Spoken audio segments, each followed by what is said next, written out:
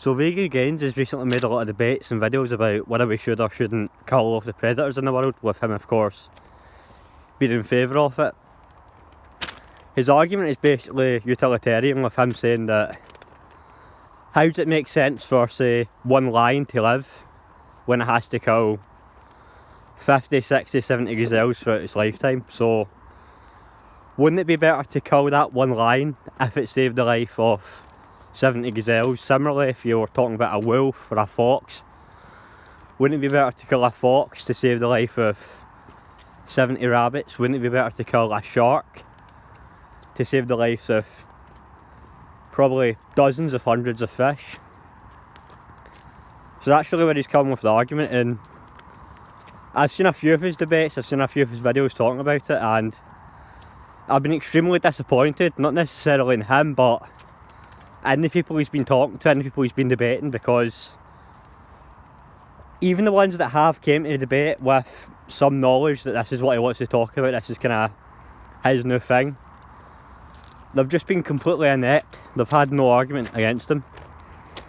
And again, he just keeps on touting the utilitarian message of it's better to kill one life to save dozens of other lives.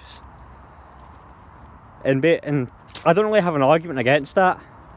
Really, I just have a question for him, which is, what does he think the consequence of that would be?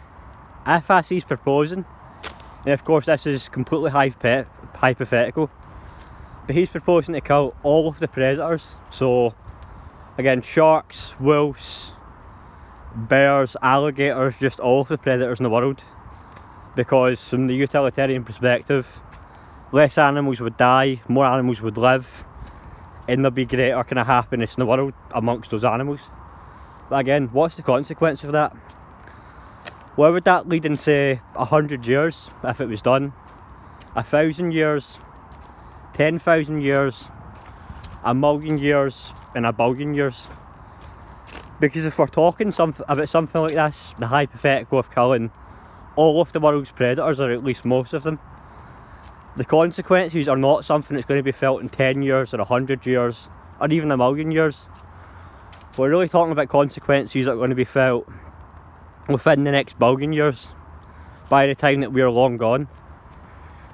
You're talking about completely changing not only nature as we know it, but nature as the world has known it throughout the entirety of life. You're breaking down the essential structure of prey and predator. And again, the question is, where's that going to lead?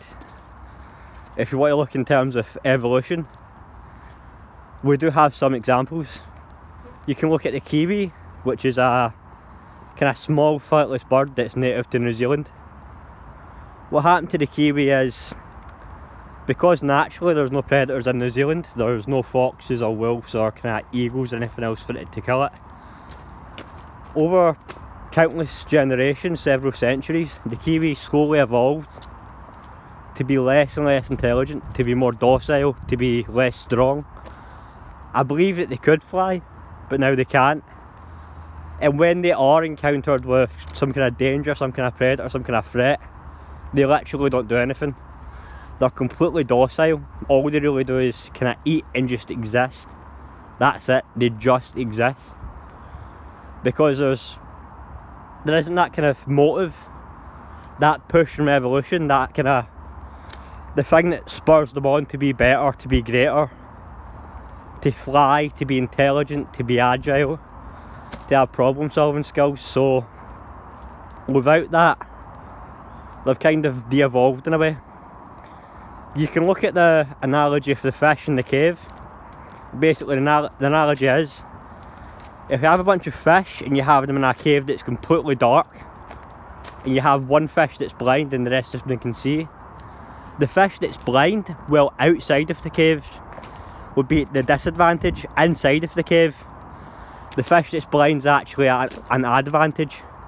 Similarly with smaller fish, with weaker fish, in the cave they have the advantage, because outside of the cave obviously they need to see predators, but inside the cave there's none, which means that the smaller fish, the weaker fish, the fish who can't see, they're taking up less energy, they're losing less energy, which means they don't need to eat as much, and of course there's less food in the cave.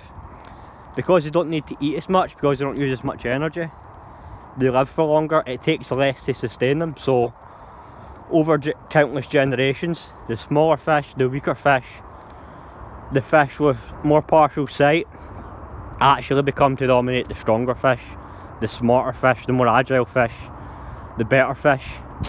Because in this new environment, the strong, the smart, the intelligent, the agile, those that can see, those that have abilities, are actually disadvantaged or disfavoured to those that don't, because those that don't take up less energy. And if you want to look at something else, for example, you can look at the movie Watership Down. At the beginning of that movie, there's kind of a fake religion for the rabbits, and basically it's kind of like a garden of feeding thing. At the very start, at the very beginning of time, there simply was the rabbits, and because there was no predators for the rabbits were weak, they were docile, they were small, they weren't very intelligent, and of course they were extremely numerous. So the kind of rabbit god, I think his name is Alcibiabub, or I can't remember it, it's a kind of a nonsense name, but this rabbit god comes down and says, you're multiplying too much, you're not really providing anything, you're kind of living meaningless lives, you're completely docile, you're completely stupid, you're weak, so I'm going to introduce predators. And what the predators are going to force you to do is become smart, become cunning, become fast, grow longer ears, listen better, grow longer legs to run faster, become agile, become quick, become essentially the essence of what it is to be a rabbit, become the best rabbits that you can be, evolve, strive, go forward, not only in your physical ability but your emotional ability, your intelligence, everything that is to be a rabbit. Go forward, and the thing that is pushing you forward, the thing that you're running from, is the predator, is the wolf, is the fox, is the bear, is the hawk. And without that, you're docile, you're weak, you're inane, you're apathetic. And I think this is the world that vegan gains would envisage, where if all the predators were to be wiped out, you would see this kind of de-evolution, and at least there's a very good chance of it. Of course, I'm not a scientist, I don't know all that much about evolution other than its basic concepts, but my understanding is, and again we have examples with the Kiwi, that without this pushing force, without this driving force, at best you have evolutionary stagnation, at worst you actually have a decline in ability, a decline in skill. Because the deers, for example, no longer have foxes or wolves that are hunting them. The gazelle no longer has the lion. The monkey no longer has the cheetah. There's no reason for the monkey to be quick, agile, smart, to be able to climb, because there's no fight, there's nothing for it to escape from. And that is the problem for the utilitarian argument. It leads to this world where all animals basically become the Kiwi. The Kiwi may be happy, may be content, but it is docile, it is stupid, it lives an utterly meaningless life. Whether it's the rabbit, well, it may live in fear, it may live in anxiety. The rabbit is strong, the rabbit is quick, the rabbit is agile. Rabbits, at least compared to Kiwis, are extremely intelligent creatures. They have cunning, they have thinking ability, they can think forward to the future, they can make plans. The rabbit is what it is because of the predators that inhabit the world. As kind of dark as it is, as sick as it is, without the wolf, without the fox, without the hawk, without the bear, the rabbit is as docile, as stupid and as inane as the Kiwi. So yeah, that's basically my argument against vegan gains. Well, I do understand the utilitarian approach of less predators means there'll be more animals, greater happiness. I think the utilitarian approach is flawed in that it only looks in one aspect of life.